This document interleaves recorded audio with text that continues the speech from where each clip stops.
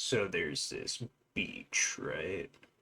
And on this beach, there was Americans. And these shitty little Germans shooting their shitty little machine guns at the Americans, which killed a lot of Americans. But eventually, the Americans got all the way up the beach and killed the Germans. Bam! Which allowed us to secure a beachhead. I think the British might have been there also. And the Americans, and if they were there, the British, rode up the beach on their tanks. But the Germans and their shitty tanks didn't like this very much, because their tanks were so shitty they usually didn't work half the time. So they used a shitload of field guns, and those things were an actual bitch. After many battles, not against German tanks because they usually died of their own, but against the field guns, the Americans and the British finally broke through the front lines of defenses. This allowed the Americans and the British to push further into France, which was kind of already secure because that night Allied forces dropped paratroopers into the towns like St. Marie Église and the area around the Dove River.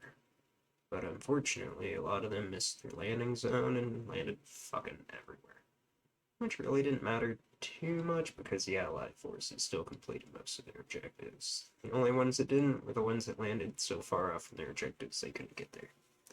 Anyways, the town of Saint Marie Église was the first town liberated by Allied forces in France. But some of the buildings caught fire that night and illuminated the sky, allowing Germans to shoot down a lot of paratroopers as they descended into Saint Marie Église, as well as a lot of other ones getting caught on buildings and telephone poles and things like that. One incident even included John Steele, who famously got caught on a church and spent the next 2 hours hanging from the spire, pretending to be dead, until he was captured by the Germans. Steele, because he had balls of steel, see what I did there, eventually escaped his captors. The way I like to think about it is he just sort of walked out the front door and went back to his unit. That's how I pictured it happened. Anyways, after Steele got back to his unit, they attacked a village and he captured 30 Germans and killed 11 of them. Anyways, let's head back to the front lines where the 4th Division began to move up the causeways to go link up the 101st Airborne. During this time, 2nd Battalion and several tanks headed down Causeway 1 towards. Hold up. Is that. It can't be. Is that Poopyville? I don't know, man. These French people sometimes. Anyways, when they got to Poopyville, they learned that the 501st already captured the town. There's still, however, about a dozen Germans between the two units that just sort of surrendered. On Causeway 2, which was directly behind La Grande Dune, eventually became the main exit road off the beach. But to secure this, the causeway, it would require the capture of Saint Marie du Mont, which was about 3 miles in, which seemed a little problematic because the Germans had blown a small bridge over a culvert.